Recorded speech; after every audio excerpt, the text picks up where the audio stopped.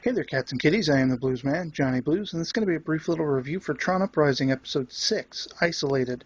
Now, the selling point for this episode was definitely Olivia Wilde reprising her role as Cora in this episode. Of course, she was in TRON Legacy, the sequel to the great original film, and that was definitely it had me grinning, waiting to see that. And I was glad that it wasn't just a few measly little, snips here and there in the episode and didn't really add up to much. Quite the opposite, in fact. I think it added up to a lot. Another thing of note with this episode is it was written by Andre Bormanis. Now, this is a name that is synonymous with every Star Trek series since The Next Generation, all the way up through Deep Space Nine, Voyager, and Enterprise. And so that was fantastic to see a name that I recognized.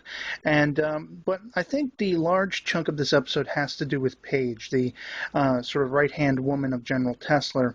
We're really given a lot of insight into her past here, her having run into Cora, and pretty much everything that leads up to making her who she is, as far as why she's so against the Renegade, why she's, been, I guess you could say, seduced by Tessler and Clue's army, and everything that led up to that. It's really interesting to see her go from a compassionate healer to a trained, sort of militaristic de-reser, if you will. And the betrayal that she actually, was kind of under the assumption that came from Cora in her past, and how this, just really parallels the sort of impromptu relationship with her and the Renegade as they crash on an island that is slowly disintegrating itself into nothingness, and they're pretty much going to get stuck out in the middle of the, the seas in the grid, or apart from the grid, whatever you want to say. But, basically how he has to kind of win her over, and that's very much the same kind of thing. She felt a lull of security when she met Cora for the first time, when she found out Cora was an ISO. Well, there has been like this smear campaign from Clue's armies talking about the ISOs as if they're like monsters, and that was a very interesting little bit of insight, sort of the history of what's been taking place in the grid prior to Tron Legacy along those lines. I love that whole sort of hint in dialogue that Cora fought, or at least escaped, the war that was, basically enacted out on the ISOs from Clue and his army. And once again, the voice acting is stellar. The animation was just awesome. And I love that this flashback was not, sort of what we always see in TV, where the two characters are stuck on the island together and they start talking and they reminisce and they see that they have things in common. This was largely insight for us, the viewer. Beck, as the Renegade, didn't really need this insight because he's already compassionate toward her. He'd give her a chance. He'd save her life. He's already done so.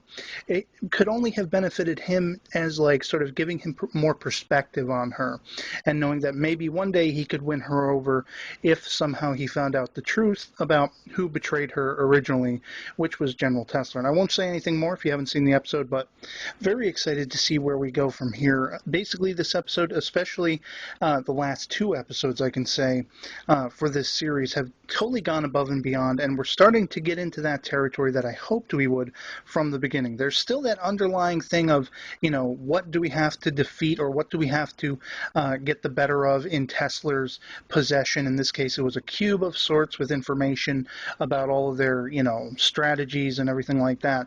And, I thought for this episode it worked a little bit more than like, sabotaging the drill in one of the previous episodes. But, as long as they don't overplay this, I had a very strong, almost Hogan's Heroes vibe. Like, how can we get inside the enemy's bunker and, toy with their things or steal their stuff?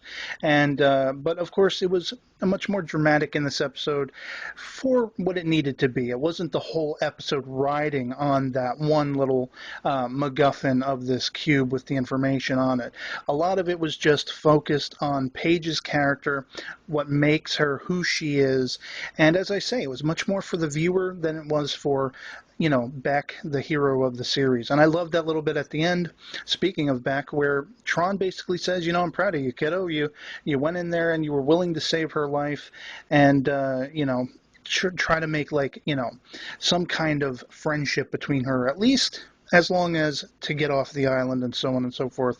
The fact that he would have gone back for her to save her and whatever, yeah, definitely speaks to Beck's character.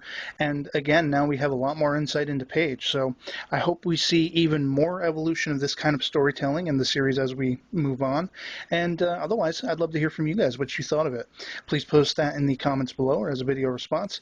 And otherwise, that's going to be it for me. So I hope you're all doing well, and I'll catch you all later. Peace.